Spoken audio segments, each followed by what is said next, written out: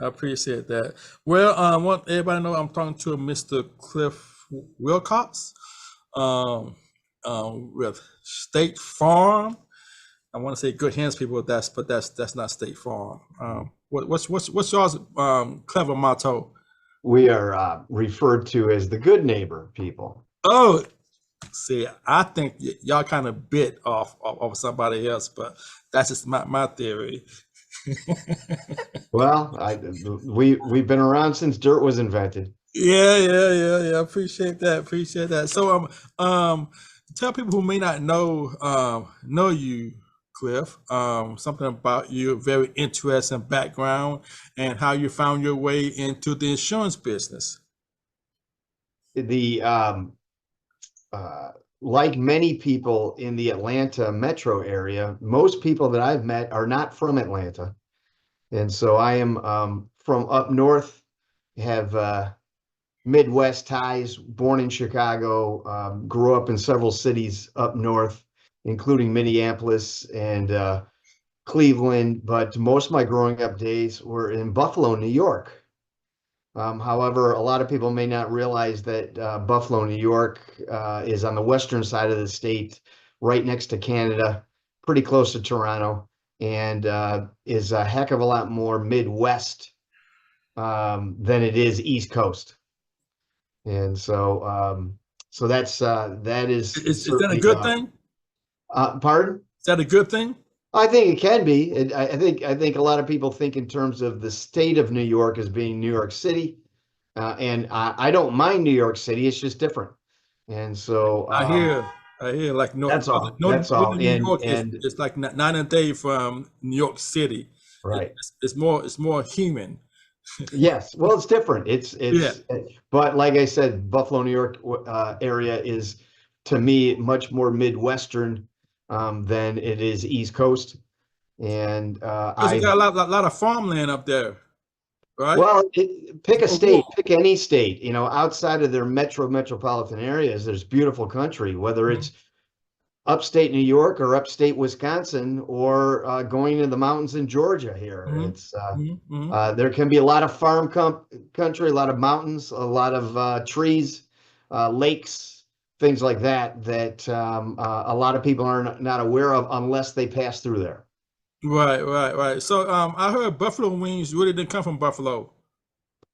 Well, actually, my understanding is they did come from Buffalo. Now Ooh, they absolutely did. The Anchor Bar in downtown Buffalo, they were cooking up a lot of chicken breasts and discarding of the wing part what? because it was so small. And then all of a sudden, one day, the They lady were that throwing owned wings away, they pounds and would pounds throw of wings yes, away. because they didn't think that they were useful. And That's then crazy. one day they decided, hey, let's make something of this and see how it goes. And it turned out to be pretty good, along with the various sauces that they come up with. But my understanding is the chicken wing or Okay. the buffalo chicken wing actually is from Buffalo. Okay, well, I heard it wrong there. I mean, it makes sense to me, but I mean, that seemed like too simple, really. I mean, so that's I kind of gave the person some credibility because that just seemed too simple for Buffalo to be from Buffalo. So I Right. kind of took him at their word. But you're the New York guy, so yeah. I mean, so that's but Well, I heard the other day that German chocolate cake is not from Germany. and I heard Any pizza is not from Italy. okay, there you go. So that's So that Buffalo wings. I ain't got it from Buffalo, so I like okay. That's funny though. They stole out chicken wings. That's a lot of money going down the drain. and to answer the second half of your original question, I got involved with insurance and currently as a State Farm agent and agency because it offered me an opportunity to work in my community.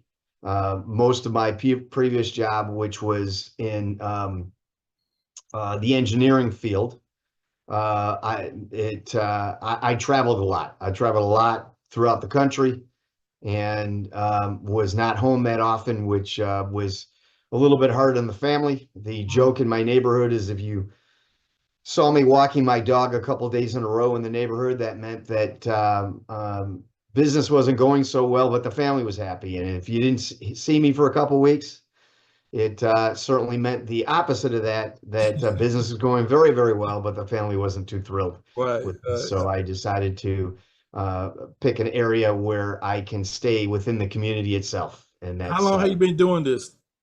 I'm in my Insurance business? 17th year at this point. And so that's probably longer than I've done any other type of job, which is kind of similar to people that live in Atlanta now. They can identify living in Atlanta for several years and suddenly realize it's the place that they've been in the longest of their livelihood. Definitely, definitely. Now, what I find interesting that you share with me, there's many facets of the insurance business that a lot of people may not understand. Could you break down the different variations or facets or departments that goes into insurance that people just maybe think insurance is just P&C or health and medical? There's a lot of different variations or different types of insurance that goes under the insurance umbrella. Well, that is a true fact. I did not realize that 17 years ago, but I've certainly learned since then. There is your home and automobile insurance, which somebody in the world calls it property and casualty. I wish they just called it home and auto. And obviously in the home world, that could be a renter's policy. It could be a condominium policy, a townhouse policy, or an actual home structure policy. There's automobiles, there's commercial automobiles, there's life insurance, there's healthcare supplements, and various different entities. Heck, a lot of annuities, which people would think in terms of being in the financial services world, is really falls under the umbrella I didn't know that. Of life insurance. And typically life insurance companies are the ones that market and sell those products at this point. So it's really, really interesting. The other thing that I learned about the whole insurance world that I didn't realize before, I just thought that if you talk to somebody at any agency, they wore all the different hats. But in the reality of it is, from the standpoint, and you mentioned the term before, departments, there are three core departments within insurance. One would be the underwriting department, and they're the ones that take a look at an individual that wants to get a particular policy, and they decide if, yes, we're going to grant this policy to these individuals for certain coverages for a certain price. You have the claims department, totally separate. Once a person or a company has a policy, that's really a contract between the insurance company and that individual. And so if there is a claim situation that comes up, then the claims department gets involved and they take a look at the situation. They ask a lot of questions. They do a lot of investigative research on the situation. Then they compare it to the contract. And they will be the ones that decide, okay, this falls within the contract, and so we will provide restitution or provide money or replace an item based upon the terms of the contract. And so the third entity is at the agency side. Agency side, you could even call it like a sales agency. They're the ones that will talk to people and market products to individuals and organizations to see if somebody is interested in that policy. Typically, once that is done, an agency representative will work with the customer to fill out an application, which gets sent into the underwriting department, and the underwriting department decides if they're going to bless it and push it through. But if you think about it, most customers out there only know the people at the agency side. And so the thought process would be is that those people at the agency side do everything. Mm-hmm. They underwrite and they walk through and decide on the claims. Mm-hmm. And that's really not the case. Actually, in our instances, it can be better if the agency representative steps away from a claim so the claims representatives and the customer can work together and communicate together to get things done efficiently, Mm-hmm. and to everybody's satisfaction. Right. Rather than you be the mediator. Well, since the people at the agency level don't have a say in that, it's very, very difficult to be a mediator. However, there are instances where we might be able to help out and act as an additional voice for our customer. Okay. So we might be, they might be working with the claims department on a certain situation, and it may not be going the way that people want it to go, but it could be a communications issue, or maybe the claims department didn't gather all the information. We might be able to help our customer out in having more conversation with the claims department or gathering more information that's needed at that point in time. And certainly that that can be helpful. And if we can help, we'd love to be there without being in the way. Right. Now I know since I've been around, State Farm has really grown, especially particularly here in the Atlanta area. I mean, State Farm is so big. They got State Farm on hero vehicles, that monitor the greater Atlanta highways and interstates to help people who are distressed or broke down. So, how big is State Farm, and how do they compare to other agencies? Um, I can't answer the whole question to you. Um, at this point in time, to my knowledge, there may be 18 to 20,000 agencies across the country. Just within the Atlanta metropolitan area where you and I are, it may be 300 to 350 agencies. And let's just say on the average, each agency may have 4 to 5 representatives that work within the agency. And so I think that there are a lot of agencies out there, whether they're from other organizations, or there might be independent brokers. Okay. And independent brokers and those agencies may represent multiple companies Okay. out there. And so the industry has grown, the regulations have grown, Mhm. where lots of different entities are being required to have certain insurance. And so, given those factors, and certainly there's been a lot of claims out there as well, and a lot of attorneys get involved with those to help out the customers as well. So I think the whole industry has grown tremendously, as well as there's more cars on the road Okay. these Yeah. days. If To there's to, more to, cars, to, to look at that, um, in the wake of two huge hurricanes here in the Southeast, in particular, or East Coast in general, let people know what affects their price, what they are paying for insurance, what makes their price go up, and when the commissioner of a state says, okay, we're going to increase on-bill insurance X amount of dollars, it still varies based on the city or area a person may be residing in. Let people know what affects their bottom line when they go and talk to you, or talk to an insurance company, insurance agent. well, several factors. But let me talk about the big picture in the first place.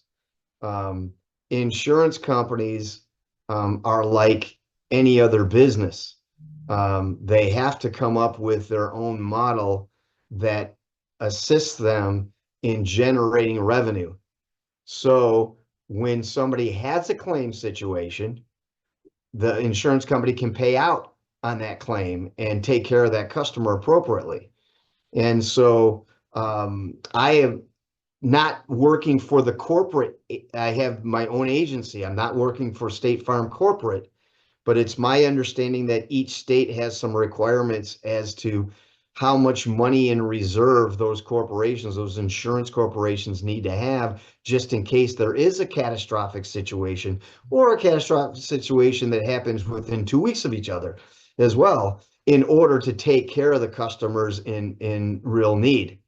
And so as a corporation, those organizations need to profit as well as be able to have that pool of dollars ready to go.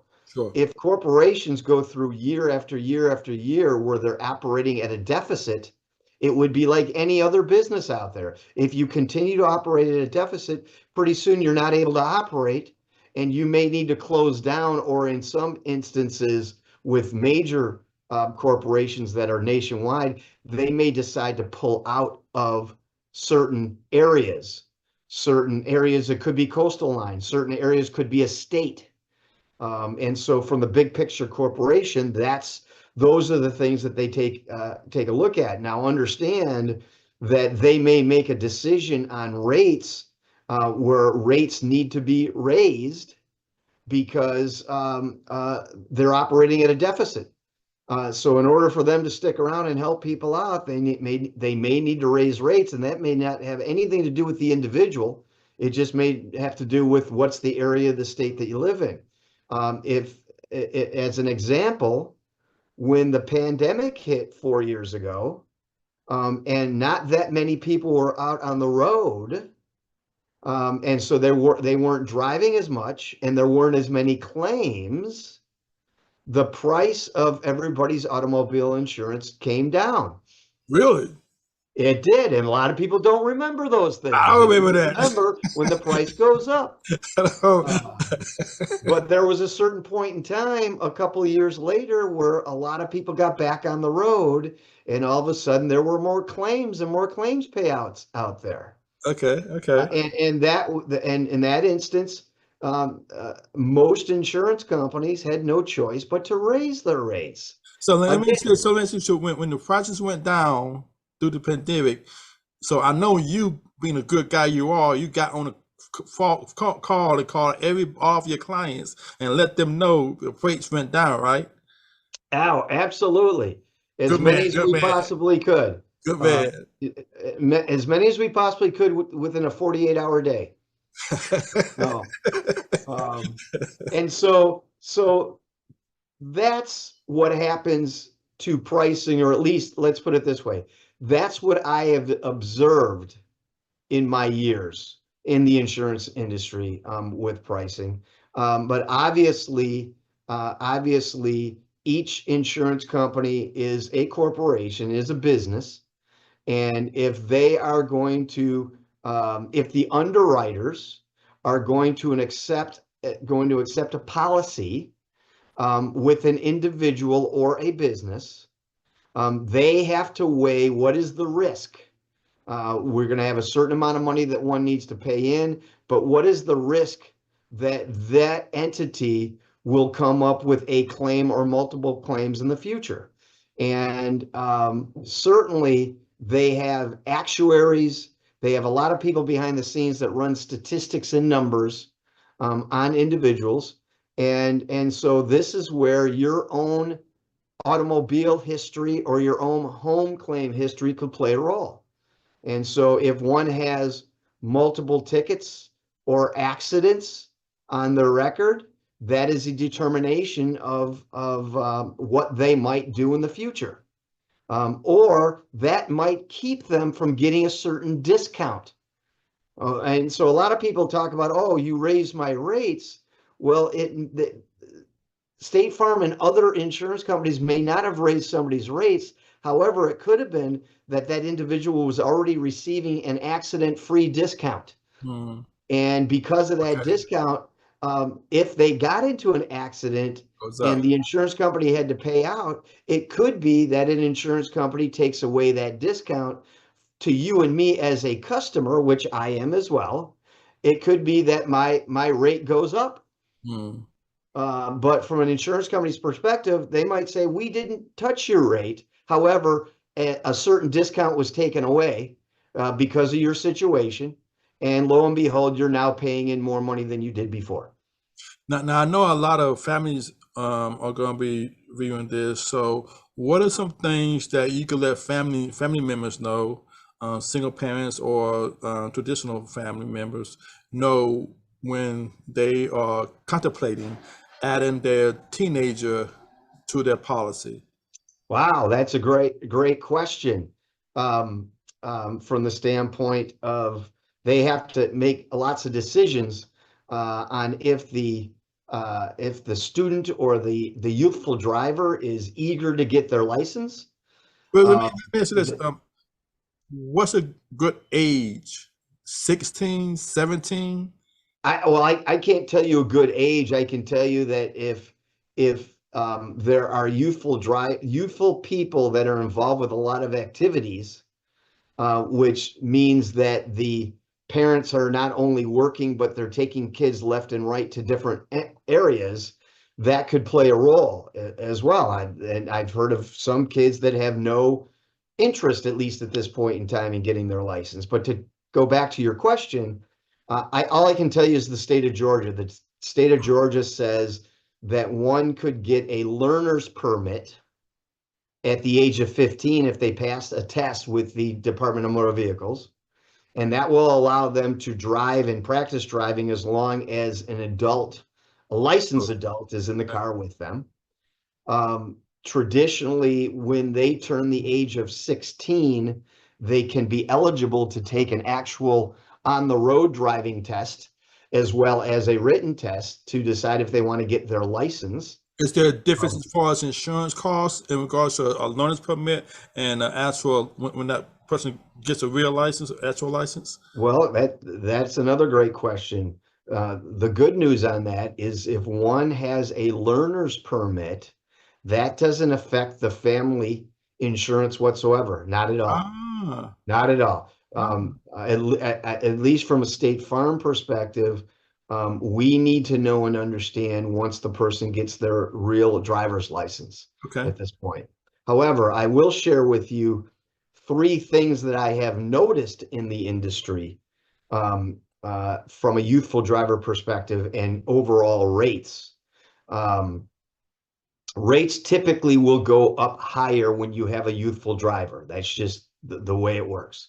However, if that youthful driver has good grades, and in the State Farm perspective, over a 3.0 or 3.0 or over average, if they take driver's education in the state of Georgia, which could be a combination of a classroom for 30 hours and then get behind the wheel with an instructor for 6 hours.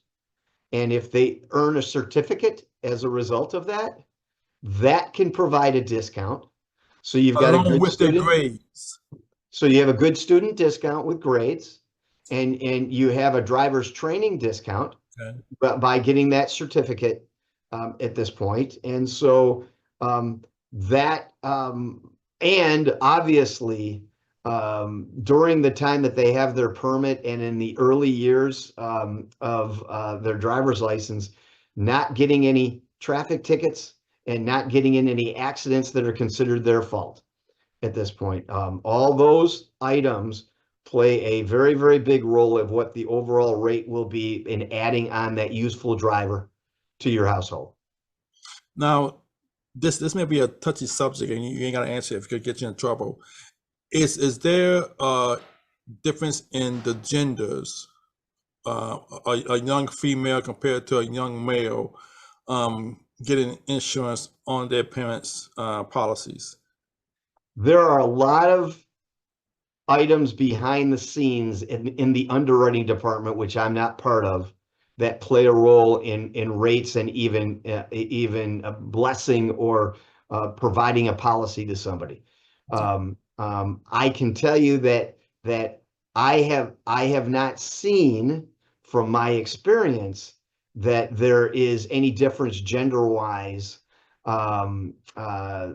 females versus males, female youthfuls versus male youthfuls. I have not seen a difference Okay. in those prices. I could just tell you that the thing that I have seen that plays the biggest role are those grades and taking driver's training I can and imagine having a clean grades record. is the issue. I mean, I must have missed that when I was coming up through high school. It was grades. Okay. So, I don't know. I not being in the industry that long, I don't know when that became a right. discount. And so I can't comment on that at this point, So if the other than the fact that if the it does it does help rates for the parents. so if the kid's a knucklehead, then they're starting behind the eight ball. Well, it doesn't help them, but you know what? We take a look at it per semester. So Oh, if a youthful driver doesn't have that 3.0 within 3, 4, 5 months of completing a semester, they may earn that. And so it's oh, it certainly goes up and down. especially if they get their license at the age of 16. They've got several years in high school and several years in college if they go to college to earn that discount. Okay, that's good to know.